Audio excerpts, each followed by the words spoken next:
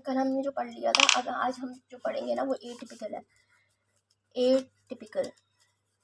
Atypical देख लेते हैं। एटिपिकल में ये ज़्यादा प्रेफर की जाती है, ठीक है, ये ज़्यादा प्रेफर की जाती है और इसमें जो है ना एक्स्ट्रा पायरामियल सिम्टम्स जो होते हैं ना इसके कम होते हैं और ये हाइपोप्रोलैक्टीमिया तो बिल्कुल नहीं करवाती, ठीक है।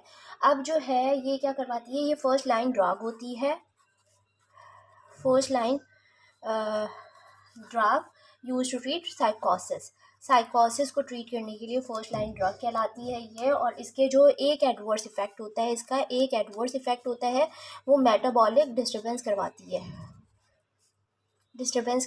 ठीक है। मेटाबॉलिक डिस्टर्बेंस से ये मतलब है कि ग्लूकोज को ज़्यादा, लिपिड को ज़्यादा और एपेटाइट को चेंज कर देती है। तो इन सबको ये कलेक्टिवली क्या कहा जाता है, लाइपोडायस्ट्रोफी सिंड्रोम कहते हैं, ठीक है,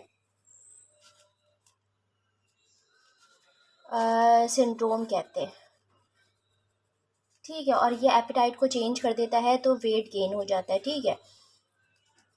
अब ये क्लोज़ापीन जो होता है ना, क्लोज़ापीन नॉट गिवन नॉर्मली, क्लोज़ापीन हम नहीं देते वैसे तो, क्लोज़ापीन जो है ना हम नॉर्मली नहीं देते क्योंकि ये सिर्फ उन पेशेंट को रिस्पॉन्ड करता है जहाँ पे रिफ्रैक्टरी पेशेंट हो या फिर उन पेशेंट को जो किसी और ड्रग को रिस्पॉन्ड ना करिए, जो पेशेंट किसी और ड्रग को रिस्पॉन्ड ना कर रहा हो, तो हम क्लोज़ापीन यूज़ करते हैं। क्योंकि ये क्या करता है, वाई हम इसको क्यों यूज़ नहीं करते, क्योंकि ये इनहिबिट करता है डोपामीन को, सेरोटोनिन को और मस्कुलिनिक को, हिस्टामीन को, अल्फा को, ये इनको ब्लॉक करता है। तो आपको पता ही है कि इनको ब्लॉक करेंगे तो इसके साइड इफ़ेक्ट्स बहुत होंगे। लेकिन मस्कुलिनिक में क्या होगा, ये एक्सेप्शनल है कि मस्कुलिनिक में जब ब्लॉकेज होगी तो वो ड्राइनेस वहाँ पे कॉज होगी। लेकिन यहाँ पे क्लोज़ापीन, यहाँ पे एमसीक्यूज भी आ जाता है। क्लोज़ापीन जो है ना मस्कुलिनिक में क्या करेगा, सेलिवेशन को जो है ना वो इंक्रीज़ करेगा, ये ड्राई माउथ नहीं करेगा, सही है। अब जो है ना फर्स्ट जनरेशन में क्या होता है कि D2 ब्लॉक होगा, तो डोपामीन कम होगा, ठीक है। डोपामीन कम होगा तो एक्साइटेशन बढ़ जाएगी।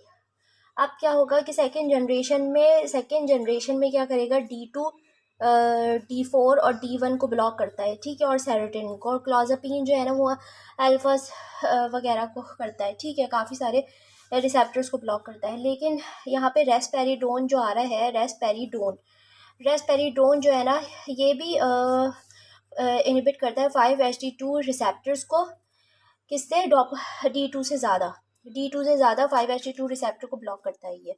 और जो है पाइमावेरिसिन जो है ना, पाइमावेरिसिन जब यूज़ होती है या तो ड्रग से इंड्यूस किया जाए पार्किंसन, या फिर ड्रग इंड्यूस करे पार्किंसन या साइकोसिस इंड्यूस करे पार्किंसन, तो वहाँ पे पाइमावेरिसिन यूज़ किया जाता है। We give drug to treat साइकोसिस but some drugs cause Parkinson. तो ये ड्रग इंड्यूस पार्किंसन या साइकोसिस इंड्यूस पार्किंसन में वहाँ हम क्या यूज़ करते हैं, पाइमावेरिसिन, दो साइकोसिस विच रिलेटेड टू पार्किंसन, ठीक है। अब यहाँ पे क्या होगा कि हम एंटी साइकोटिक एक्शंस देख लेते हैं। एंटी साइकोटिक एक्शंस में क्या है, सही है, एक्शंस में क्या है कि ये मैकेनिज्म ऑफ एक्शन बताया जा रहा है। मैकेनिज्म ऑफ एक्शन आपको पता ही है कि ये क्या करेगा, ब्लॉक कर देगा D2 को ब्लॉक कर देगा, और D2 ब्लॉक होगा तो डोपामाइन डिक्रीज़ हो जाएगा। डोपामाइन डिक्रीज़ होगा तो क्या होगी, इनिबिशन भी डिक्रीज़ हो जाएगी, यानी लॉस ऑफ मोटिवेशन वगैरह, और इम्प्रूव हो जाएगी साइकोसिस एंड इम्प्रूव साइकोसिस, सही है, इम्प्रूव होगी साइकोसिस और ये कॉज करेगा एक्स्ट्रा पायरामियल सिम्टम्स, ठीक है। जैसे कि मैंने बताया था कि डोपामाइन कम होगा तो वो क्या कॉज कर देगा, डोपामाइन जब कम होगा तो वो क्या कॉज करेगा कि लेवल बहुत ज़्यादा कम हो जाएंगे।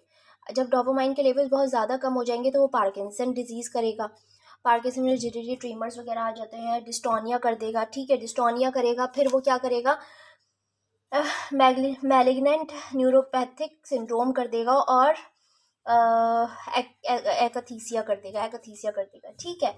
तो हम उनको बैलेंस करने के लिए, ये डोपामाइन तो बहुत ज़्यादा लो हो गया। तो मैंने आपको बताया था कि जब ये न्यूरॉन है यहाँ से डोपामाइन निकल रहा है और यहाँ के अटैच होगा, लेकिन यहाँ पे जो ड्रग है, ऑलरेडी ड्रग है, तो क्या करेगा, डोपामाइन यहाँ पे अटैच नहीं हो सकेगा। लेकिन जब ड्रग विड्रॉल होगी तो डोपामाइन अटैच होगा, तो वह एक्साइटेड कंडीशन में होगा, एक्साइटमेंट कंडीशन में होगा वो। तो क्या होगा, यहाँ पे उसके लेवल ज़्यादा हो जाएंगे। डोपामाइन यहाँ पे लगेगा, पहले तो यहाँ पे कम होगा, क्योंकि जब यहाँ पे ड्रग होगी तो डोपामाइन यहाँ पे अटैच नहीं हो सकेगा, उसके लेवल कम हो जाएंगे। लेकिन जब ये ड्रग विड्रॉल होगी तो यहाँ पे ये डोपामाइन लगेगा और बहुत एक्साइटेड कंडीशन में लगेगा। और जब उस स्टिमुलेशन को, जो डोपामाइन की स्टिमुलेशन हो रही है, ओवर स्टिमुलेशन हो रही है, तो उसको कहेंगे, जब कॉज होता है टार्गेटिव डिस्काइनेसिया। तो दैट्स वाई हम टार्गेटिव डिस्काइनेसिया में एंटीकोलिनर्जिक ड्रग यूज़ नहीं करते। ठीक है, अब क्या करेंगे कि डोपामाइन जब कम होगा ना, तो इसको लेवल करने के लिए हम डोपामाइन को बढ़ाएंगे तो नहीं अब, क्योंकि बहुत ज़्यादा कम हो चुका। तो क्या होगा, क्योंकि नेगेटिविटी आ गई, बहुत ज़्यादा कम हो गया। अब इसको बढ़ाने के लिए क्या करेंगे, एसिटाइल कोलिन दे देंगे। डोपामाइन के तो लेवल कम है, तो एसिटाइल कोलिन दे देंगे, एंटीकोलिनर्जिक दे देंगे। तो क्या होगा कि एसिटाइल कोलिन भी कम हो जाएगा, तो ये दोनों बैलेंस हो जाएंगे। ठीक है, अच्छा, अब इसके अलावा जो है ना, ये कौन सा रोल रखता है, एंटी इमेटिक रोल भी रखता है। ये एंटी इमेटिक रोल में क्या करेगा, जब ड्रग जाएगी तो वो सीटीसी एरिया को ब्लॉक करेगी। सीटीसी एरिया ब्लॉक होगा तो नोजिया वोमिटिंग ब्लॉक हो जाएगी। ठीक है, ये नहीं होगी। और एंटीकोलिनर्जिक रोल भी रखता है। ठीक है, रोल रखता है ये, क्योंकि ये अल्फा को ब्लॉक करेगा, तो क्या है, ऑर्थोस्टेटिक हाइपोटेंशन हो जाएगी।